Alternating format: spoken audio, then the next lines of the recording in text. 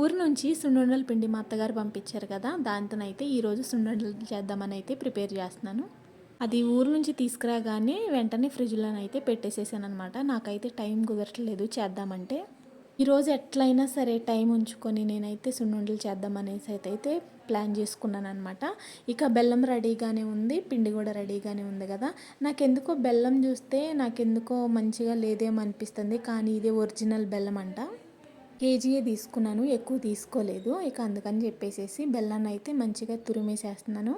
బెల్లం తురుముకున్న తర్వాత పిండిలోనైతే కలిపేసేసుకుంటున్నాను. ఎందుకంటే రెండు కలిపి మిక్సీ పట్టుకుంటే మనం ఉండ చేసుకోవడానికి ఈజీగా ఉంటుంది అనమాట. నేనైతే కొబ్బరి యాడ్ చేయట్లేదు, ఎప్పుడు కొబ్బరి కూడా యాడ్ చేస్తాను. కొబ్బరి బెల్లం దంచేసేసి అయితే పిండిలో కలుపుతాను అనమాట. ఈసారి అయితే కొబ్బరి కలపట్లేదు, కానీ టేస్ట్ ఎట్లా వస్తుందో అని చెప్పేసి మనసులో ఒక భయం అయితే ఉంది. ఇక పిండిలో బెల్లం అంతా కలిపేసేసి వరసనే మిక్సీ అయితే పట్టేసేసుకుంటున్నాను.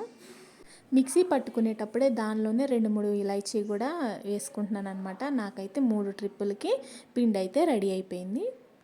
నెయ్యి కూడా కరిగించేసేసి పక్కన పెట్టుకున్నాను. వేడి వేడి నెయ్యి వేసి కలిపితే ఉండ చేయడానికి ఈజీగా వస్తుంది. ఇక ఉండ చేయడం అయితే స్టార్ట్ చేశాను. మా అమ్మ కేజీ పైనే పంపించింది నెయ్యి. ఆ నెయ్యి మొత్తం ఈ పిండికి సరిపోతుందేమోనని చెప్పేసి కొంచెం కొంచెమే యాడ్ చేసుకుంటూ ఉండలైతే చుడుతున్నాను.